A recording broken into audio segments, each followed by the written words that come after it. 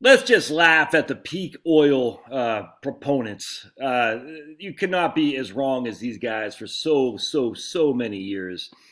And yet, unfortunately, we worship the ground they walk on. We're peak oil, oh! Peak natural gas, oh! Peak coal, oh!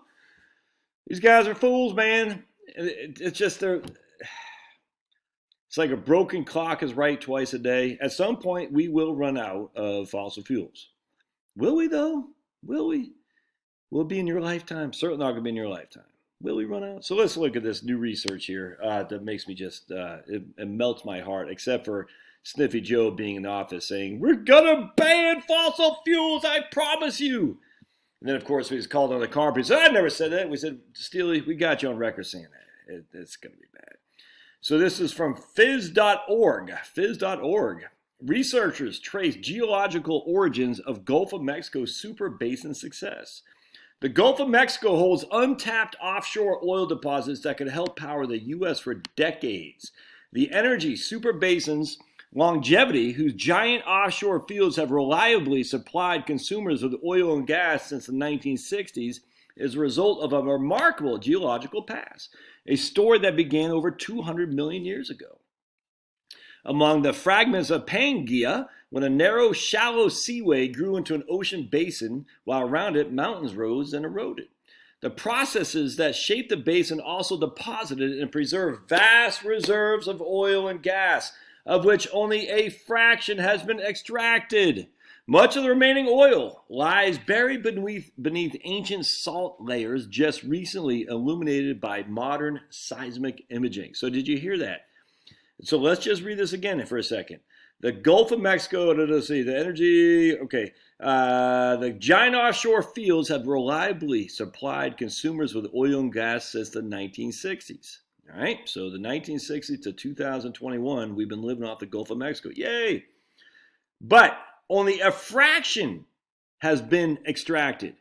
Much of the remaining oil lies buried beneath ancient salt layers just recently illuminated by modern seismic energy. So we've been using the Gulf of Mexico hydrocarbons for many years now, since before I was born. We're running out. It's preserved vast reserves of oil and gas, only which a fraction have been extracted. We didn't even know they existed until new seismic technology imaging. That's the assessment of researchers at the University of Texas who reviewed decades of geological research and current production figures in an effort to understand the secret behind the basin's success. It's crazy when you think about it. With you wonder how long it's going to be before SJWs take over that and say you can't produce this. It's coming. It's a matter of time, man. The SJWs are going to come to science, come to geology, and say you can't produce this because it goes against what we're trying to accomplish here.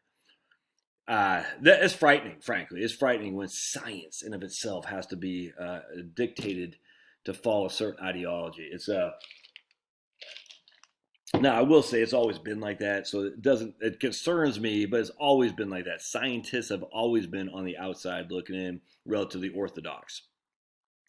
The question is, how long is it going to take before the orthodox limits our ability to freely understand things? It is scary, I'm not going to lie to you. Because of the geological history, the Gulf of Mexico remains one of the richest petroleum basins in the world.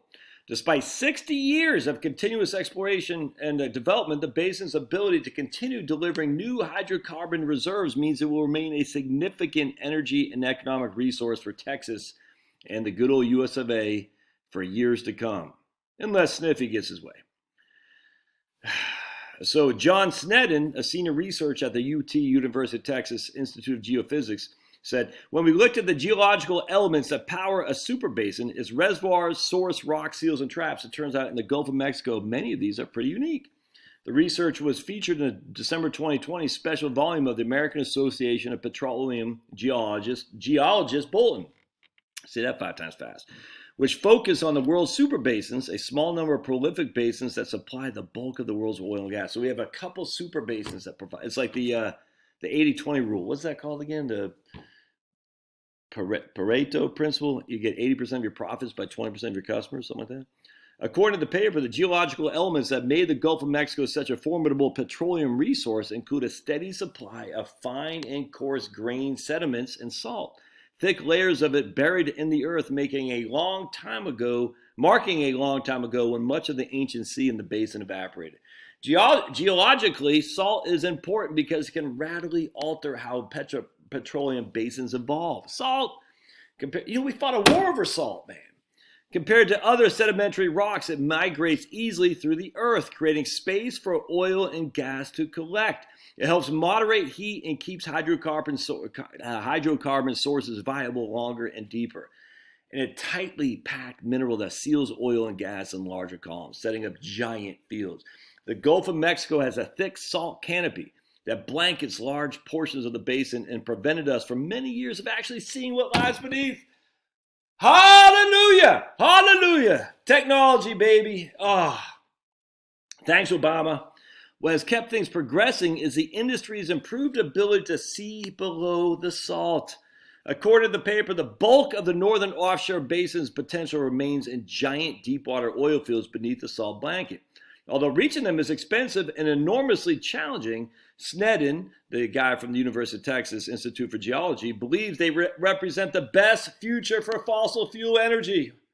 That's because the offshore, where many of the giant fields are located, offers the industry a way of supplying the world's energy with fewer wells, which means less energy expended per barrel. Sneddon said there's still much to learn about hydrocarbons beneath the Gulf of Mexico, how they got there and how they can be safely accessed. That is especially true of the southern Gulf of Mexico, which was closed to international exploration until 2014. One of the publicly available data sets now, a series of UTIG surveys conducted in the 1970s. Now a wealth of prospects is emerging from new seismic imaging of the southern basin's deepwater region. When you look at the recent U.S. oil and gas leases, Mexico's 5-year plan, and the relatively small carbon footprint of the offshore oil and gas industry, I think it's clear that offshore drilling has an important future in the Gulf of Mexico. Hallelujah, man. Hallelujah.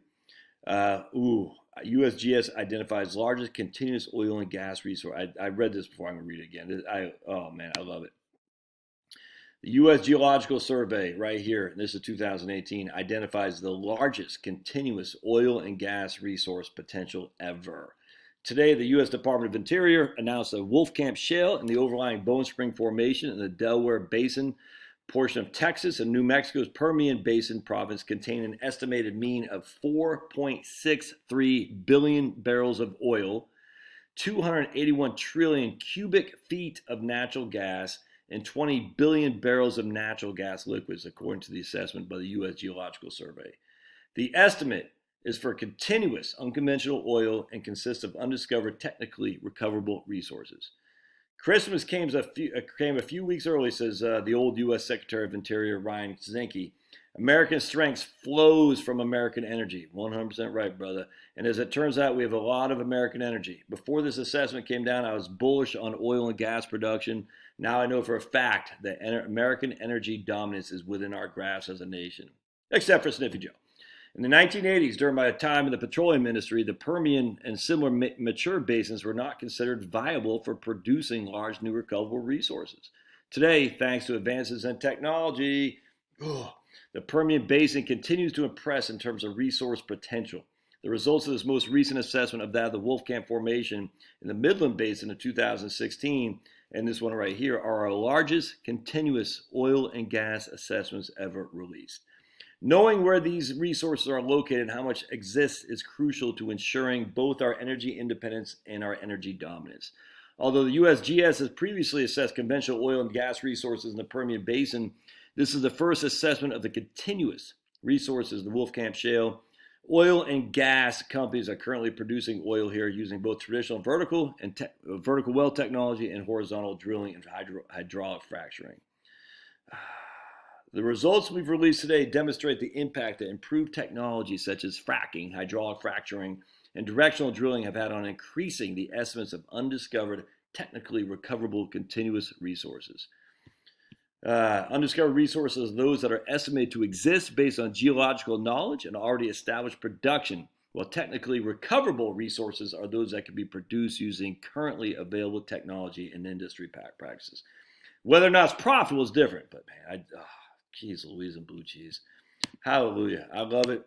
I just, when you see that stuff, the only possible thing that could bother you was that for some reason you're anti fossil fuels because you've been sold a bill of goods. Fossil fuels are a moral good. They're a moral good. Stand proud, stand true for fossil fuels. I will see you.